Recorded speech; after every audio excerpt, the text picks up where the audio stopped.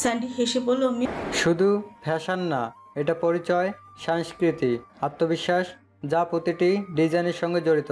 সেটা SK looks হোক বা এসকে কোর, আমাদের বার্তা সবসময় ব্যক্তিগত এবং সাহসী। মিস ইউমি বলল। What makes your collection stand out globally? Shahbaz একটু ঝুঁকে পড়ল। Because it's not just about trends, we create emotion. Each piece carries a story, especially inspired by the elegance of the East and minimalism of the West. কারণ আমরা শুধু trend অনুসরণ করি না, আমরা অনুভূতি তৈরি করি। প্রতিটা পোশাকে থাকে একটা গল্প, যেটা পূর্বের সৌন্দর্য আর পশ্চিমের মিনিমালিজম একসাথে মিশিয়ে তৈরি। মিস্টার রড্রিগেজ বলল। And the sustainability angle? Arbaaz বলল। আমরা নৈতিকভাবে সংগ্রহ করা উপকরণ ব্যবহার করি এবং প্রতিটি ধাপ ডিজাইন থেকে দোকান পর্যন্ত পরিবেশ বান্ধব রাখার চেষ্টা করি। এটি আমাদের দীর্ঘমেয়াদী প্রতিশ্রুতি। সিরাজ খান গভীরভাবে বলল। SK is not just a brand, it's a movement. It's where heritage meets innovation and the soul of SK. It's truth, raw, refined, real. SK কেবল একটা ব্র্যান্ড না, এটা একটা আন্দোলন। এটা যেখানে ঐতিহ্য আর নতুনত্ব একসাথে হাঁটে। আর দ্য সোল অফ SK মানে এটা সত্য, খাঁটি, পরিশীলিত, বাস্তব। ক্লায়েন্টরা মুগ্ধ দৃষ্টিতে একে অপরের দিকে তাকায়। I must say, this is more than we expect. We have bullet not a just fashion house, but a philosophy. Mister Logan আবার বলল। সিরাজ হালকা চোট বাকি বলল। We don't follow fashion, we lead with soul. আমরা ফ্যাশন অনুসরণ করি না, আমরা আত্মা দিয়ে নেতৃত্ব দেই। গড়িতে তখন দুপুর 12:25। সিরাজের চোখে এখনো মিটিংয়ের উত্তেজনার ছাপ। বিশাল ডিটা ফাইনাল হয়েছে। ক্লায়েন্ট হাত মিলিয়ে বাহবা দিয়েছে। সহকর্মীরা উল্লাসিত। রুম থেকে বেরিয়ে আসতে একগাদা হাসি রেখা আর হাত এগিয়ে এলো সিরাজের দিকে, কিন্তু সিরাজের মুখে সে চিরচেন গম্ভীরতা। আরবাজ দরজা ঠেলে বেরিয়ে এসে পকেট থেকে ফোন বের করে অন করলো। স্ক্রিনে একগাদা ঈশিতার মিসড কল ভেসে উঠল। ঠোঁটটা হালকা শুকিয়ে গেল আরবাজের। বাসা থেকে এতগুলো কল দেখে আরবাজ কিছুটা চিন্তায় পড়ে গেল। আরবাজ কল ব্যাক করতেই দুবার রিং হতে ঈশিতা কল রিসিভ করলো। হ্যালো ঈশিতা? ওপাশ থেকে ভেসে এলো কান্না ভেসে গলা। আর তুমি কোথায় ছিলে? ফোন কেন বন্ধ ছিল? আর ভাইয়া, ভাইয়া কোথায়? আরবাজের কপালের মাঝখানে ভাঁজ পড়ল। কাঁদছো কেন? আমরা মিটিংয়ে ছিলাম তাই ফোন বন্ধ ছিল। কি হয়েছে বলো? সুমো হসপিটালে? হোয়াট? কি বলছো তুমি? হসপিটালে মানে? ঈশিতা কান্না ভেসে গলায় সবটা খুলে বলল আরবাজকে। আরবাজ সবটা শুনে ধীর হাতে কলটা কেটে দিল। উদাস মনে হেঁটে সিরাজের পিছনে গিয়ে দাঁড়িয়ে বলল, ব্রো। সিরাজ সকলের সাথে হেসে কথাই বলছিল। আরবাজের ডাক শুনে পেছনে ঘুরে তাকালো সে। আরবাজের মুখের অবস্থা দেখে সিরাজ ভ্রু কুঁচকাল। আরবাজ আমতা আমতা করে বলল, ভাবিজি হসপিটালে ভর্তি। সিরাজ থমকে গেল। হৃদয়ের মধ্যে যেন কোনো কিছু ছিঁড়ে গেল মুহূর্তে। এতক্ষণে ঠোঁটে লেগে থাকা হাসিটা মুহূর্তে গায়েব হয়ে গেল। সে আরবাজের কাঁধে হাত রেখে বলল, কী সব বলছিস তুই? সুমো হসপিটালে ভর্তি কেন হবে? ও তো বাড়িতে। ভাবিজি বাড়িতে ছিল না, চৌধুরী ম্যানশনে ছিল। সেখান থেকে ওনার প্যানিক অ্যাটাক হয়। স্টার রয়্যাল AI রাফা হসপিটাল ঘুবরাতে ভর্তি করানো হয়েছে ভাবিজিকে। সিরাজের পা আর একটু থেমে থাকে না। সে সোজা অফিস থেকে বেরিয়ে যায়। গাড়ির গতি যেন রাস্তাকে ছিঁড়ে ছুটছে। সিরাজের মনে শুধু একটাই মুখ, সুমু, তার সুমু। সিরাজ দাঁত দিয়ে ঠোঁট কামড়ে ধরে রেখেছে, চোখে আগুন। গাড়ির ব্রেক হঠাৎ করেই কষে ধরে সিরাজ। চোখে নেমে আসে অন্ধকার। হসপিটালে গেটের সামনে গাড়ি দাঁড় করিয়ে এক মুহূর্ত দেরি না করে ছুটতে যায় ভেতরে। রিসেপশনের ডেস্কে দাঁড়ানো নার্স কেবল চোখ তুলে তাকাতে সিরাজ ঘুরছে উঠে। সুমাইয়া জাহান কোন রুমে উনি? নার্স ভাবাচাকাকে জবাব দেয়, স্যার, দ্বিতীয় তলার পেশেন্টকে ভিআইপি কেবিনে নেওয়া হয়েছে, কেবিন নাম্বার 203। সিরাজ ছুটে উঠে সিঁড়ি বেয়ে লিফটের অপেক্ষা করার সময় নেই তার। তার বুকের মধ্যে যেন কিছুর নিঃশ্বাস আটকে আছে। কিছুর চাপা নিঃশ্বাস আটকে আছে। দরজার সামনে এসে থমকে দাঁড়ায় সিরাজ। ভেতর থেকে ভেসে আসে নিস্তব্ধতা, মাঝে মাঝে মনিটরের টুট শব্দ। দরজায় হাত রেখে একটু কাঁপে তার আঙুল। প্রেয়সীর মুখের দিকে অপলক তাকিয়ে থাকে সে। বাইরে তখন একগুচ্ছ পরিচিত মুখ তাকিয়ে আছে অশান্ত সিরাজের দিকে। অর্ণা খাতুন, রোজা, রুহি খাতুন, ফিরোজা, মৌসেন, শাহবাজ খান। শেহজাদ খান সবার চোখে দুশ্চিন্তার ছাপ, উত্তেজনা চাপা।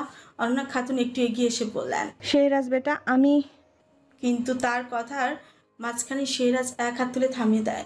চোখ দুটো লাল, মুখে তীব্র চাপার রাগ, শান্ত কিন্তু কাপা কণ্ঠে সে বলে, আগে আমি আমার ওয়াইফকে দেখবো, তারপর বাকিটা শুনবো। তবে সবটা শুনবো ওর মুখ থেকে, অন্য কারো না। তার কণ্ঠে এমন দৃঢ়তা, এমন এক চেনা আগুন যেটা থামিয়ে দেয় চারপাশে সকল স্তব্ধ। অনন্যা খাতুন থমকে যান, রোজার ঠোঁট কাঁপে, কিছু বলতে গিয়ে থেমে যায়। শাহবাজ খান একচুল এগিয়ে এসে থেমে যান। মৌসেন ফোন বের করে আরিয়ানকে টেক্সট করে বলে এই মুহূর্তে কোরিয়ার উদ্দেশ্যে ওমান ছাড়তে। শেহরাজ কারো মুখের দিকে না তাকে আস্তে করে দরজা ঠেলে ভেতরে ঢুকে। তার পায়ের শব্দ যেন হাসপাতালের করিডোরে অনুরণ করে তোলে। সুমু কেবিনের বেডে নিস্তেজ শুয়ে আছে, অক্সিজেন মাস্কে ঢাকা, মুখ চোখ বন্ধ, ত্বক নিস্তেজ। সিরাজের গলা শুকিয়ে আসে, বুকের ভেতর কেমন যেন মোচড় দিয়ে উঠে। সিরাজের পা যেন শক্ত হয়ে যায়। চোখের সামনে সুমুর এত অসহায়ভাবে শুয়ে থাকায় তার সমস্ত পৃথিবী মুহূর্তের মধ্যে থমকে যায়। হাতের মুঠো শক্ত হয়ে যায় আর গলা শুকিয়ে আসে। তার হৃদয় যে চাপ তা যেন আরো বেড়ে যায়। এক মুহূর্তে তার মাথায় হাজারো চিন্তা আসতে থাকে, কিন্তু কিছুই যেন ঠিকভাবে ভাবতে পারে না। কেবিনের ভিতরে থাকা নার্সটি এগিয়ে এসে বলল, কি আপনি এইভাবে ভেতরে চলে এলেন কেন? এখন কারো ভেতরে আসার পারমিশন নেই, যান বাইরে যান। সিরাজ ঘাড় কাত করে নার্সটির দিকে তাকাতেই নার্সটির অন্তরাত্মায় কেঁপে উঠছে। নার্সটি আমতা আমতা করে সরি বলে কেবিন ছেড়ে বেরিয়ে যায়। সিরাজ ধীরে ধীরে কাছে গিয়ে বসে পরে সুমুর পাশে। সুমুর একটা হাত ধরে নিজের কপালে ঠেকায়, কাপা গলায় বলল, সুইটার, আমি এসে গেছি, শুনতে পারছো? আমি থাকতে কিছুই হবে না তোমার। তার কণ্ঠ ভারী হয়ে আসে, চোখের কোণে জল জমে ওঠে, কিন্তু সে কান্না চেপে রাখে। এমন সময় ডাক্তার সোজা সুমুর কেবিনে এসে ছেলেটির দিকে তাকিয়ে বলেন, Mr. Khan, your wife had a panic attack. It was caused by severe stress, but there's no need to worry. She's stable now. The oxygen helped with her breathing, and she's recovering well. It's important she rest and avoid any stress for the next few days. But her physical condition is improving. I have given a sleeping injection. Now she is sleeping. Mr. Khan, আপনার স্ত্রী panic অ্যাটাকের শিকার হয়েছেন। এটি প্রচণ্ড মানসিক চাপের কারণে হয়েছিল। তবে চিন্তার কিছু নেই, এখন অক্সিজেনের মাধ্যমে শ্বাস প্রশ্বাস ঠিক হয়ে এসেছে এবং উনি ভালো আছেন, কিন্তু বিশ্রাম প্রয়োজন এবং পরবর্তী কিছুদিন মানসিক চাপ এড়িয়ে চলে দ্রুত সুস্থ হয়ে উঠবেন। তবে শারীরিক অবস্থা এখন ভালো। আমি ঘুমের ইনজেকশন দিয়েছি, এখন উনি ঘুমাচ্ছে। ডাক্তারের কথা শুনে মাথা নেড়ে সুমুর দিকে তাকালো। সে মুহূর্তের জন্য কিছু বলতে পারল না, শুধু হাতের মুঠো শক্ত করে ধরল। ডাক্তার আরো বললেন, This kind of incident is temporary. With some rest and relaxation, she'll recover quickly. But you must ensure that she doesn't face any emotional strain during this period. এটা সাময়িক ঘটনা। বিশ্রাম এবং শীতলতার মাধ্যমে উনি দ্রুত সুস্থ হয়ে উঠবেন। তবে আপনাকে অবশ্যই খেয়াল রাখতে হবে যে উনি মানসিক চাপ থেকে দূরে থাকছে এই সময়টাতে। সিরাজের চোখে চিন্তার ছাপ। তিনি ধীরে ধীরে বললেন, thank you doctor, I will stay by his side. I won't leave her alone. ধন্যবাদ ডাক্তার, আমি ওর পাশে থাকবো, ওকে একা ছেড়ে যাব না। ডাক্তার বের হয়ে যাওয়ার পর সিরাজ বলল, sweetheart, you are going to be fine. I am right here with you always. Sweetheart, তুমি ঠিক হয়ে যাবে, আমি এখানেই আছি সবসময় তোমার সঙ্গে। সিরাজ সুমুর হাতে ঠোঁট ছুঁয়ে পকেট থেকে ফোন বের করে কোথাও একটা টেক্সট করল। ফোনটা আবার পকেটে রেখে সুমুর হাত ধরে সুমুর দিকে অপলক তাকিয়ে রইল। কেটে গেল 1 ঘন্টা। হাসপাতালের কেবিনের দরজার বাইরে সবাই অপেক্ষায়, কিন্তু কেবিনের ভেতর থেকে সিরাজ ঠান্ডা গলায় বলে দিয়েছে ভেতরে কেউ আসতে পারবে না। সে তার ওয়াইফের কেবিনে কাউকে অ্যালাউ করবে না। সিরাজ এখনো সেই চেয়ারে বসে, যেটা সুমুর বেডের একদম পাশে। ডান হাতে সুমুর হাত ধরা, বাম হাতে সুমুর মাথায় কোমলভাবে হাত বুলিয়ে যাচ্ছে। তার রুক্ষ খাঁজ কাটা মুখের প্রতিটি রেখায় ক্লান্তি আর চোখে ভয়, ভেতরে ভেতরে একটা অস্থিরতা। হঠাৎ সুমুর শরীরটা একটু কেঁপে উঠল, মুখ কুচকে গেল, ঠোঁট কাঁপছে। ঘুমের মধ্যেই বলল, দূরে থাকুন, দয়া করে আমাকে ছেড়ে দিন খান সাহেব, আমাকে বাঁচান। সেটার সাথে সাথে উঠে দাঁড়িয়ে সুমুর গালে ঠোঁট ছুঁয়ে বলল, সুইটার শান্ত হও, আমি আছি। আমি তোমার কাছেই আছি। ঠিক তখনই সুমু আচমকা জোরে চিৎকার দিয়ে উঠে বসে। খান সাহেব! সুমু হাঁপাচ্ছে, চোখ দুটো ভয়ে বড় হয়ে আছে, শরীর কাঁপছে। সিরাজ সুমুকে শক্ত করে জড়িয়ে ধরে, বুকের ভিতর টেনে নেয়। শান্ত হও, আমি আছি তোমার কাছে, কিছু হয়নি তোমার, শান্ত হও তুমি। কিন্তু সুমু কিছু শুনছে না, সে কাঁপছে, পাগলের মতো আচরণ করছে। আবারও কান্না জড়ানো কঞ্চে বলা। ও আমাকে ছুতে চেয়েছিল, আমার খুব ভয় করছে। ও আমাকে বাঁচতে দেবে না। ওরা আমাদের আলাদা করে দিতে চায়। সিরাজ সুমুকে আরো শক্ত করে নিজের বুকের মধ্যে টেনে নেয়। তুমি আমার, কেউ তোমাকে ছুতেই পারবে না, কারণ তুমি আমার, শুধু আমার, কেউ আমাদের আলাদা করতে পারবে না। সুমু সিরাজের বুকের মধ্যে মুখ গুজে দেয়। সে নিজের সবটুকু শক্তি দিয়ে সিরাজের শার্টটা খামছে ধরে। ওরা আমাদের আলাদা করে দিতে চায়। আপনার বুক ছাড়া আর কোনো জায়গা নিরাপদ না আমার জন্য। আপনি আমাকে ছেড়ে যাবেন না খান সাহেব। সিরাজ চুপচাপ গভীর শ্বাস ফেলে, সুমুকে শক্ত করে জড়িয়ে ধরে রাখে, যেন তার শরীর দিয়ে ঢাল তৈরি করে দেয় সুমুর চারপাশে। সে ফিসফিস করে বলে, তোমার গায়ে একটা আঁচড়ও আমি আসতে দিব না। সুমু তখনও কাঁপছে, কিন্তু তার হাত ধীরে ধীরে শান্ত হয়ে আসে। সিরাজের বুকের মধ্যে সে আরাম খুঁজে নেয়, সেখানে সে সুরক্ষিত। সিরাজ সুমুর ভেজা চোখে চেয়ে থাকে কিছুক্ষণ, তার কপাল ঠোঁট ছুঁয়ে দিয়ে বলল, এবার ঘুমাও সুইটহার্ট, তোমার শরীরটা ভালো না, ইউ নিড রেস্ট। কিন্তু সুমু মাথা নাড়ে, তার কণ্ঠ কাঁপে। আমি ঘুমোতে পারবো না খান সাহেব। চোখ বন্ধ করলেই সেই সব দৃশ্য আবার ফিরে আসে। সেটা চুপ করে যায়। সুমু হঠাৎই ফুপিয়ে উঠে বলে, আমি আপনাকে না জানিয়ে ও বাড়িতে যেতে চাইনি খান সাহেব। সেটা চুপ করে থাকে। সুমু ধীরে ধীরে কান্না ভেজা গলায় সবটা খুলে বলে শেহরাজকে। শেহরাজ সুমুর কথা শুনে স্তব্ধ হয়ে যায়। তার চোখে রাগের আগুন যেন আগেই অনন্ত অন্ধকারে জ্বালানো হয়েছিল। সেই একটু চুপ করে থাকে, কিন্তু তার শরীরের প্রতিটি কোষ যেন রাগের আগুনে পুড়ছে।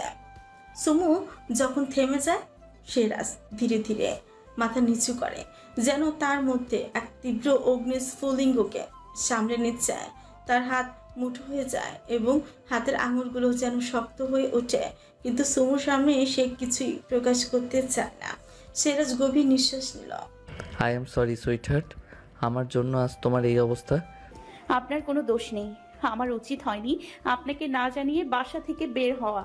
শেহরাজের হৃদয়ের ভয়ঙ্কর জ্বালা ছড়িয়ে পড়েছে। শেহরাজ জানে, সে যদি আসলে ক্ষিপ্ত হয়ে ওঠে তবে সবকিছু ছিন্ন ভিন্ন হয়ে যাবে। তাই তখন সুমুর পাশে শান্ত থাকার প্রতিজ্ঞা করে। সে নিজের আগুনকে নিজের মধ্যে বাঁচিয়ে রাখে, কিন্তু এই শান্ত থাকার মধ্যে এক অজানা লড়াই চলছে। শেহরাজ সুমুকে অনেক বুঝিয়ে আবার ঘুম পাড়ায়। সুমু শেষ পর্যন্ত ঘুমিয়ে পড়ে। শেহরাজ সুমুর পাশে বসে থাকে কিছুক্ষণ, সুমুর মুখের দিকে তাকিয়ে। হঠাৎ উঠে দাঁড়ায় শেহরাজ বিস্মিত মনে। শেহরাজ ক্যাবিনেট থেকে ধীরে ধীরে বাইরে আসে। কোনো দিকে না তাকিয়ে শেহরাজ সোজা অনন্যা খাতুনের সামনে গিয়ে দাঁড়ায়। তার চোখে আগুনের ঝলক, অথচ মুখে কোনো রাগ নেই।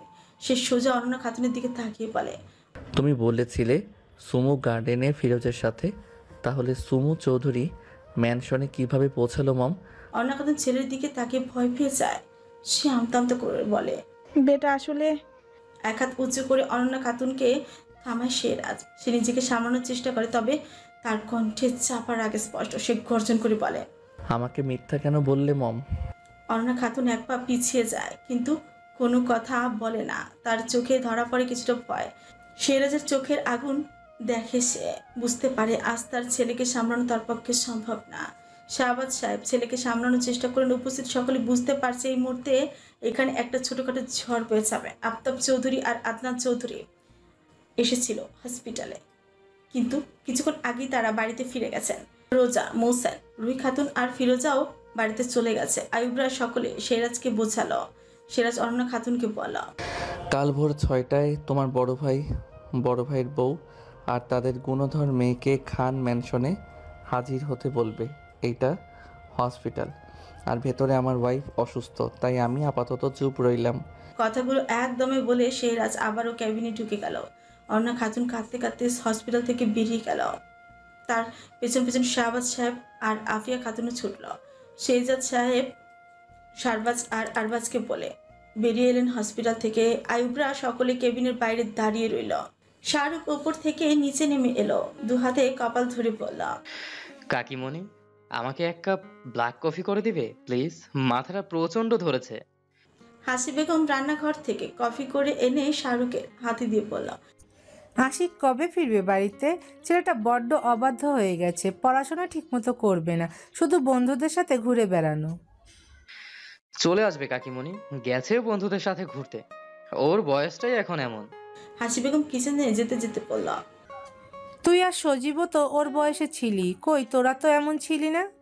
শাহরুখ কফির কাপে চুমুক দিয়ে সোফার উপর বসলো। উপর থেকে সামিয়া আর নাজমিন এসে শাহরুখের পাশে বসলো। নাজমিন টিভি অন করলো। শাহরুখ ফ্রিকুচকে বলল, সন্ধ্যা হতেই টিভি নিয়ে বসলি? পড়াশোনা নেই তোদের? যা গিয়ে পড়তে বস। শাহরুখের ধমকে দুবন উঠে দাঁড়ালো। উপরে চলে যেতে নিলেই শাহরুখ পিছু ডাকলো দুজনকে। সামিয়া আর নাজমিন আবারও এসে শাহরুখের সামনে দাঁড়ালো। শাহরুখ আবারও কফিতে চুমুক দিয়ে বলল, ফারুক ওই রে, আজ সারাদিন দেখলাম না। সামিয়া বলল, জানি না আপুর কি জানি একটা হয়েছে। বিকেলে গিয়েছিলাম ফুপিমণিদের বাড়িতে, ফারিয়া আপু তো আমাদের সাথে ঠিকমতো কথাই বললো না। শাহরুখ ফ্রিকুচ গেল। কফির কাপটা সেন্টার টেবিলের উপর রেখে উঠে দাঁড়ালো। সামিয়া আর নাজমিনকে রাম ধমক দিয়ে বলল, এখনো দাঁড়িয়ে আছিস সেখানে? যা গিয়ে পড়তে বস। কথা বলে শাহরুখ বাড়ি থেকে বেরিয়ে গেল। সামিয়া আর নাজমিন আহম্মকের মতো তাকিয়ে রইল শাহরুখের যাবার দিকে। বাইক এসে থামলো ফারিয়াদের বাড়ির সামনে। সুমি বেগম পিয়াস এসেছে ভেবে দৌড়ে গিয়ে দরজা খুলে দিলেন। আরে শাহরুখ বাবা, হঠাৎ? আমি আরো ভাবলাম পিয়াস এসেছে। শাহরুখ চোখে জিজ্ঞাসা ভাব নিয়ে বলল, উপমনি, ফারুক কোথায়? ও তো নিজের রুমেই আছে, তুই ডিরেক্ট ওর রুমে চলে যা, আর মাঝে মাঝে আসিস আমাদের বাড়িতে, তোরা তো আসিসই না। শাহরুখ হালকা মাথা নাড়িয়ে সিঁড়ি বেয়ে উপরে চলে গেল। ফারিয়ার রুমের সামনে এসে দাঁড়ায়। দরজা নক করতে ভেতর থেকে ফারিয়া বলল, উফ আম্মু, বললাম তো ভালো লাগছে না, যাও তো। শাহরুখ ঢুকে এলো রুমে। ফারিয়া উপর হয়ে শুয়ে আছে। শাহরুখ গিয়ে ফারিয়ার পাশে বসতে ফারিয়া উঠে বসে বলল, কি আম্মু? চোখ বড় হয়ে গেল ফারিয়ার। মৃদু স্বরে বলল, ভাইয়া তুমি? হ্যাঁ আমি। কি হয়েছে তোর? ঠিক আছিস তুই? ফারিয়ার চোখ নামিয়ে নিল। হ্যাঁ আমি ঠিক আছি ভাইয়া। শাহরুখ গলা নরম করে বলল, তুই আমাকে মিথ্যা বলতে শিখলি কবে থেকে? তোর ওই চুপ হয়ে যাওয়াটা, তোর চোখ নামিয়ে কথা বলা, সব বুঝি আমি। কি হয়েছে বল এখনই। ফারিয়ার চোখ ভিজে ওঠে। সে কিছু বলে না, মুখ ঘুরিয়ে নেয়। শাহরুখ নির্বাক কয়েক সেকেন্ড, তারপর বলে, ফারু, যদি কেউ কিছু বলে থাকে বা কিছু হয়ে থাকে আমাকে বল। বলতে চায় না। শাহরুখ অনেক জোর করার পর কলেজের সব ঘটনা খুলে বলে ফারিয়া। হঠাৎ সবকিছু নিস্তব্ধ। এক মুহূর্ত শাহরুখ জানালার পাশে দাঁড়িয়ে। ফারিয়া মাথা নিচু করে বিছানায় বসে। ফারিয়া কাপা গলায় বলে, তুমি জোর না করলে আমি বলতাম না ভাইয়া, কিন্তু আমি আর পেরে উঠছি না। ওই ছেলেটাকে অনেকবার বারণ করেছি আমি। পিয়াস ভাইয়া বা তোর নেতা বাবাকে বলিসনি কেন? ভাইয়া বা বাবা জানতে পারলে অনেক বড় ঝামেলা হবে। শাহরুখের চোখ নরম, কণ্ঠ কঠিন করে বলে, কে ছেলেটা ফারিয়া? ফারিয়া ধীরে ধীরে বলে, কলেজের একটা ছেলে। কতদিন ধরে বিরক্ত করছে? প্রায় অনেক দিন। শাহরুখ চোখে জ্বলন্ত আগুন, কিন্তু স্বর ঠান্ডা। তুই এসব এতদিন লুকিয়ে রাখলি কেন? আমি ভেবেছিলাম নিজেই সবটা সামলে নিতে পারবো।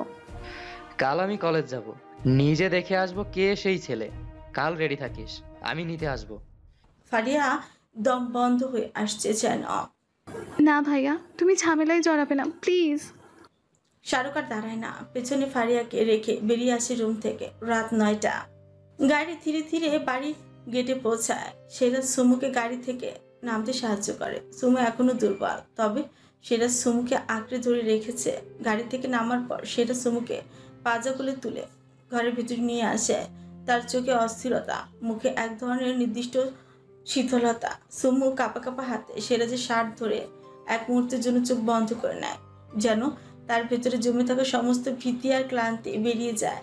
সেরাজ সুমুকে বেডে শুয়ে দিয়ে নিজেও ফ্রেশ হয়ে নেয়। ফ্রেশ হয়ে এসে সুমুর সেরাজ সুমুর পাশে এসে বসে। সুমুর প্রতি তার পুরো মনোযোগ নিবদ্ধ করে রাখে। হঠাৎই দরজা ঢোকা পড়ে। আফিয়া খাতুন মিষ্টি কণ্ঠে বলে, সুমু মামনি, আমি তোমার জন্য কিছু হেলদি খাবার এনেছি। রাত অনেক হয়েছে, তোমাকে এগুলো খেয়ে মেডিসিন খেতে হবে। আফিয়া খাতুন হাতে একটি বড় ট্রে নিয়ে রুমে প্রবেশ করে, যার মধ্যে রয়েছে তাজা ফল, সবজির স্যুপ এবং অন্যান্য পুষ্টিকর খাবার। ঈশিতাও আফিয়া খাতুনের সাথে এসে দাঁড়ায়, তার হাতেও আরো কিছু স্বাস্থ্যকর খাবার। ঈশিতা স্নেহ ভরা কঞ্চে বলল, এগুলো তুমি খেলে দ্রুত সুস্থ হয়ে উঠবে সমু। আমরা চাই তুমি দ্রুত উঠে দাঁড়াও। সুমুর চোখে কিছুটা ক্লান্তি নিয়ে খাবারগুলোর দিকে তাকায়, কিন্তু তার মুখে খাবারের জন্য কোনো আগ্রহ নেই। সে মাথা ঝুঁকিয়ে বলল, না, আমি খেতে চাই না, আমি ভালো আছি। সেরা সুমুর পাশ থেকে উঠে দাঁড়ায়, তার চোখে চিন্তা কিন্তু একই সাথে দৃঢ়তা। তুমি খাবে সুইটহার্ট, তোমার শরীরের জন্য এইসব দরকার। খাবো না বললে তো চলবে না, তোমার সুস্থতা আমার জন্য সবচেয়ে গুরুত্বপূর্ণ। সুমু সিরাজের ইচ্ছার বাইরে কিছু বলতে পারল না। সিরাজ আফিয়া খাতুনের হাত থেকে খাবারের ট্রে নিয়ে বলল, তোমরা এখন গিয়ে রেস্ট নাও, আমি আছি ওর কাছে। আফিয়া বেগম আলতো হেসে বললেন, তুমি মামনিকে খাইয়ে দাও, বাড়িতে আজ কারোর মন মেজাজ ভালো নেই, সকলে একটু পরেই এসে মামনিকে দেখে যাবে। কথাগুলো বলে আফিয়া খাতুন আর ঈশিতা বেরিয়ে গেল। সিরাজ সুমুকে খাবার খাওয়ানো শুরু করলো। তার চোখে এক ধরনের কঠোর ভালোবাসা ও দায়িত্ববোধ। সুমু ধীরে ধীরে খেতে শুরু করলো। সে অনুভব করে তার খান সাহেব তার জন্য কতটা যত্নশীল। সিরাজ সুমুকে খাওয়ানোর মধ্যে নিজেও হালকা খেয়েছে, কারণ সুমুর জেদ, তার খান সাহেব না খেলে সে নিজেও খাবে না। খাওয়ানো শেষ হতে অনন্যা খাতুন বাদে বাড়ির সকলে এসে সুমুকে দেখে গেছে। হঠাৎই দরজা খুলে যায়, একে একে সিরাজের বন্ধুরা রুমে প্রবেশ করে। আয়ুব হালকা হাসি দিয়ে বলল, সরি ডিস্টার্ব করলাম, এখন কেমন আছো ভাবিজি? সুমু আলতো হেসে আয়ুবের কথার উত্তর দিয়ে সবাইকে বসতে বলে। সিরাজ শক্ত গলায় বলে, এখন বসতে হবে না, তোমার এখনো বিশ্রামের প্রয়োজন, ওরা অন্য একদিন বসবে। সিরাজের বারণ শুনে আয়ুবরা সকলে যে যেখানে পারে বসে পড়ে। সিরাজ সুকুচকে তাকায় সকলের দিকে। সুমু আয়ুবদের কাণ্ড দেখে আলতো হাসে। এমন সময় রায়নের ফোনে ভিডিও কল করেছে সামিয়া ও নাজমিন। দুজনেই সুমুকে দেখতে আকুল হয়ে আছে। রায়ন কল রিসিভ করে সুমুর হাতে দিল। সামিয়া কান্না বেজে গলায় বলল, কেমন আছো আপু? শুনলাম তোমার শরীর ভালো না। নাজমিন বলল, হ্যাঁ আপু, আমরা খুব চিন্তায় পড়ে গিয়েছিলাম, সকলেই চিন্তা করবে ভেবে বাসার কাউকে জানাইনি, তুমি নিজের খেয়াল রেখো। সুমুর ঠোঁটে মৃদু হাসি ঝুলিয়ে নাজমিন আর সামিয়ার সাথে কথা বলতে মন দিল। এই সুযোগে সিরাজকে আয়ুবরা টেনে রুমের বাইরে নিয়ে গেল। তারা সবাই উদ্বিগ্ন, চোখে চিন্তার ছাপ, যেন কিছু একটা বাজে ঘটবে, কিন্তু কেউ বুঝে উঠতে পারছে না। আয়ুব চিন্তিত কণ্ঠে বলল, তুই তো কিছুই বলিস না আজকে, আমাদের ভয় লেগে গেছিল। তোর মাথায় কি ভয়ঙ্কর খেলা চলছে বলতো? নিহান মৃদু সুরে বলল, ভাই তোর এই শান্ত থাকা ব্যাপারটা আমাদের জন্য বড় রকমের চিন্তার বিষয়। তুই তো অগ্নির মতো, এটা কিভাবে সহ্য করছিস? তাই বলল, তোর মতো উত্তপ্ত মানুষের কাছ থেকে এমন শান্ত থাকা আমরা কিভাবে মেনে নেব? আমরা কেউ জানি না তুই কি করতে চাইছিস, কিন্তু এত শান্ত থাকার মধ্যে কিছু তো লুকানো আছে। সিরাজ কিছুক্ষণ চুপ করে সকলের দিকে তাকায়, কিন্তু কিছু বলে না। তারপর হালকা করে স্নিগ্ধভাবে হাসলো, কিন্তু তার চোখের গভীরে এক ধরনের নিঃশব্দ আগুন জ্বলছে। সিরাজ শান্তভাবে বলল, তোরা কি মনে করিস এই মুহূর্তে আমার কি করা উচিত? সুমুর অবস্থা দেখেছিস, এখন আমি অশান্ত হলে ওর উপর বাজে ইফেক্ট পড়বে। আয়ুব কিছুটা ভেবেই বলল, আমরা জানি আজকে, কিন্তু তোর মতো একজন মানুষের মাথায় যে কি ভয়ঙ্কর কৌশল চলছে সেইটা আমাদের জন্য একটা বড় প্রশ্ন হয়ে দাঁড়াচ্ছে। তুই যে ছেড়ে দেওয়ার মতো মানুষ না। নিহাল কাছে এসে বলল, তুই নিজেকে এভাবে শান্ত রেখে আমাদের ভাবনা বাড়াস না, আমরা তো বুঝতে পারছি না তোর মধ্যে কি চলছে, প্লিজ বল এসকে। রাহিন বলল, সুমুর এই অবস্থা আমার সহ্য হচ্ছে না। যে মেয়েটা কাউকে ভয় পায় না, সে আজ ভয় পাগলের মতো ব্যবহার করছে। রিশান বলল, তোকে চিনি আমরা এসকে, তোর মতো মানুষ চুপ থাকা মানে ভিতরে আগুন জ্বলতেছে। অমিত বলল, এখানে বসে আছি ঘন্টাখানে, একটাও শব্দও করলি না, আমরা কি তোর আপন না? ফাহিম বলল, শুধু তাকিয়ে আছিস, তোর চোখ কেমন ভয়ঙ্কর লাগছে রে ভাই। তুই তো আগুন, এখন এত ঠান্ডা কেন রে? কি ঘোরাতে যাচ্ছিস প্লিজ বল। শারবাজ বলল, যা করবি ভেবে করবি ব্রো, ভুলে যাস না এখন তোর জন্য আরেকটা মানুষ পিছিয়ে থাকে। ভয় পাইতেছি রে ভাই, তোকে চুপ দেখলে মনে হয় তুই একটা কিছু করবি যা কেউ ভাবতেই পারবে না। রিয়াদ বলল, তোর মাথায় কি চলছে জানি না, কিন্তু এভাবে থাকলে আমরা পাগল হয়ে যাব। কিছু একটা বল। ফাহিম শান্ত কণ্ঠে বলল, তুই চুপ থাকলে আমরা তোর ভেতরটা বুঝতে পারি, কিন্তু ভাই তুই একা কিছু করিস না, বল, আমাদেরও পাশে দাঁড়াতে দে। সব কথা শুনে এক দৃষ্টিতে সবাইকে দেখে শেহরাজ চোখে চাপা ও মুখে একটা টু শব্দ নেই, একটুখানি গলায় টান পড়ে, যেন একটা চেপে যাচ্ছে কিছু। তারপর চুপচাপ করে আবারও রুমের দিকে ফিরে যায়। ঘড়িতে সময় রাত 2টা। সুমুর ভয় প্রচন্ড জ্বর এসেছে। সিরাজ একের পর এক জলপটি দিয়ে যাচ্ছে, মেডিসিন জলপট্টি দুটোই হার মেরেছে সুমুর শরীরে জ্বরের কাছে। জ্বর কমার কোনো নাম নেই, জ্বরে করে শুধু একটাই কথা বলছে সুমু, আমাকে যেতে দিন, দয়া করে আমার সম্মান নষ্ট করবেন না। সিরাজ সুমুকে বেড থেকে তুলে নিজের উন্মুক্ত বুকের সাথে মিশিয়ে রেখেছে। ঘুম নেই সিরাজের চোখে। প্রেয়সীর এমন করুণ অবস্থা তাকে নাজেহাল করে তুলেছে। সিরাজ আর কোনো উপায় না পেয়ে সুমুকে পাজা কোলে করে উঠে দাঁড়ালো।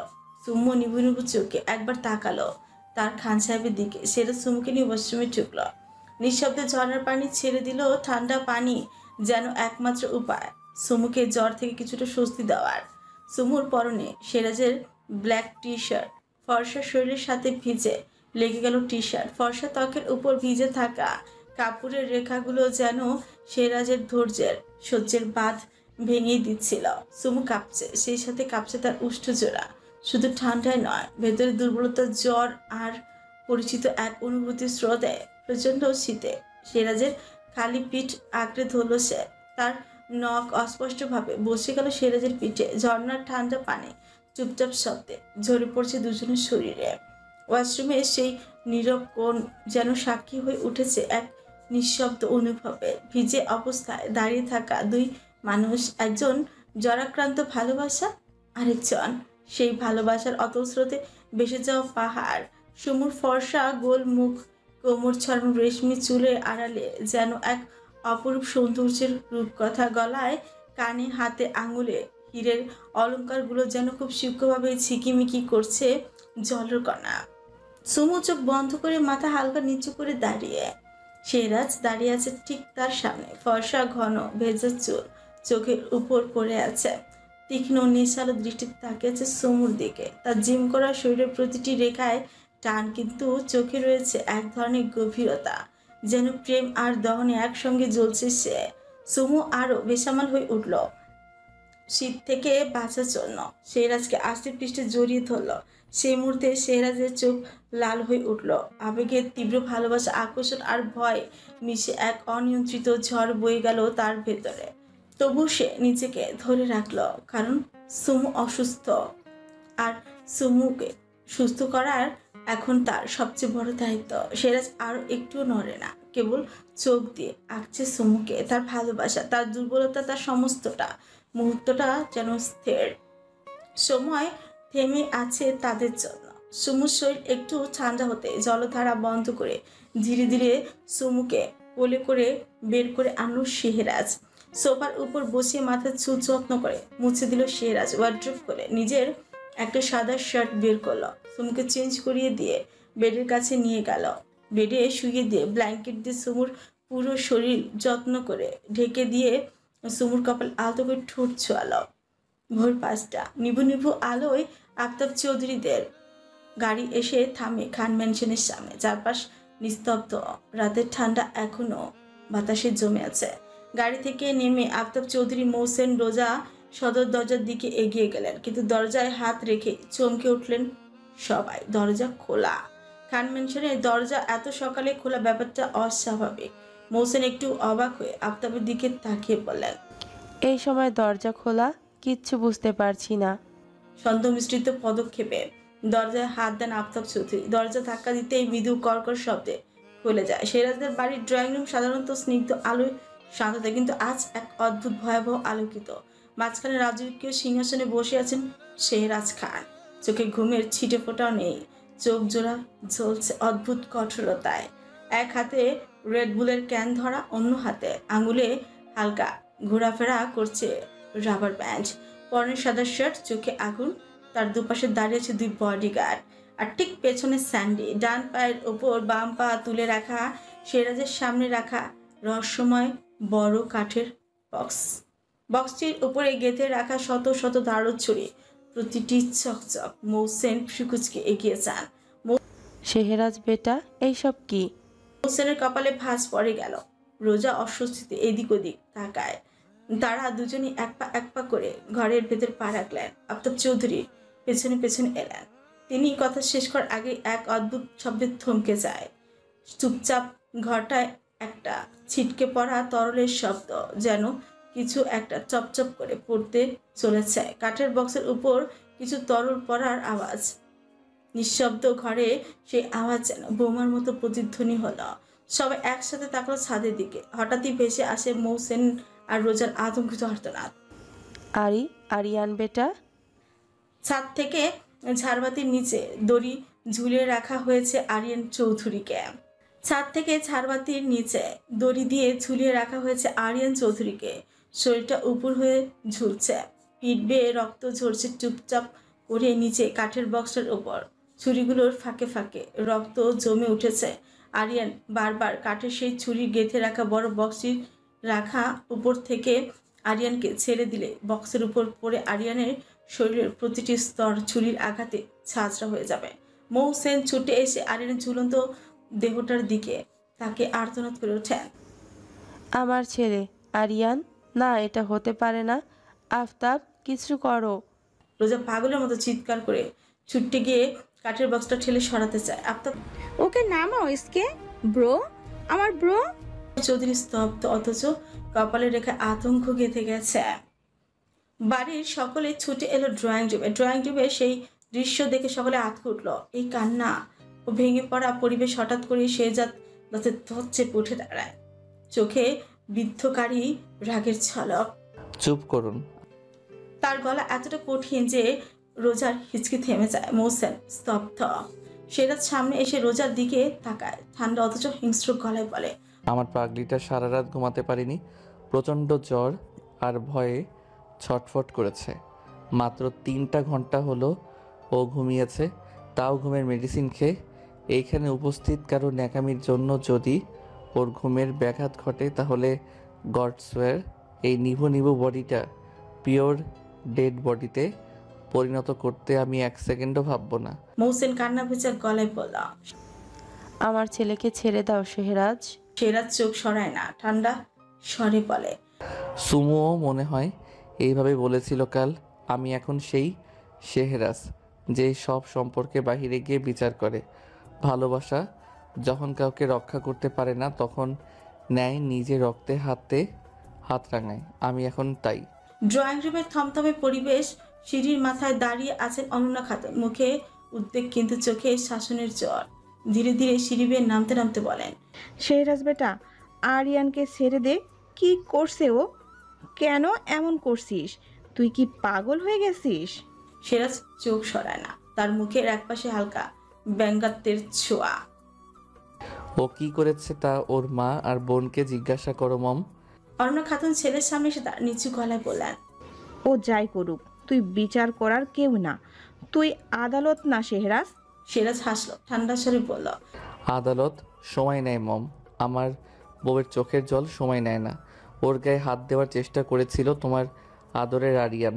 অনন্যা খাতুন একটু থমকে যায়, কণ্ঠে মমতা আর শক্তির মিশ্রণ করে বলে, আরিয়ান যদি এমন কিছু করেও থাকে তাহলে তুই অন্যভাবে ওর জন্য শাস্তির ব্যবস্থা কর, কিন্তু এভাবে প্রতিশোধ নিতে গিয়ে নিজের হাত রক্তাক্ত করে তুই যদি নিজেকেই হারাস, তাহলে সুমুকে কে রক্ষা করবে? শেহরাজ মুখ থেমে যায় এক মুহূর্তের জন্য, ছোটে আটো সাটো করে চোখ সরিয়ে নেয়। আমি কখনো নিজেকে হারাবো না মম। আমি সেই পুরুষ যে স্ত্রীকে চোখের সামনে রেখে অন্যের বুক থেকে রক্ত ঝরায়। তুই কি সব বলছিস শেহরাজ? একটা বার তাকিয়ে দেখ ছেলেটার কি অবস্থা করেছিস। ও মানুষের মতো মেরেছিস ছেলেটাকে। সামনে ছেলেটার নিউ ড্রামা ছিল। এইসব কেন করলি তুই শেহরাজ? শাহবাজ সাহেব অনন্যা খাতুনকে টেনে নিয়ে গিয়ে বলেন, তুমি শুনতে পারছো না? খানবাড়ির বউয়ের সম্মানের দিকে হাত বাড়িয়েছিল তোমার বড় ভাইয়ের ছেলে। ও যে এখনো জীবিত আছে, এটাই ওর ভাগ্য। শেহজাদ সাহেব এগিয়ে এসে বলেন, সত্যি ভাবি, রাখছি। এরপরও আপনি আরিয়ানের পক্ষে কথা বলবেন? নিজের ছেলের বউয়ের কথা একবারও ভাববে না? মানলাম আপনি সুমুকে মেনে নেননি, কিন্তু তবু সুমু এ বাড়ির বউ, ওর সাথে এ বাড়ির সম্মান জড়িয়ে আছে। আর কিছু না ভাবেন, অন্তত পক্ষে এ বাড়ির সম্মানের কথা ভাব। অনন্যা খাতুন গর্জে উঠে বললেন, সম্মানের কথা ভাবতে গিয়ে একটা মানুষকে মেরে ফেলতে হবে? এটা কেমন বিচার ওর? ও কি সৃষ্টিকর্তা যে বিচার করছে?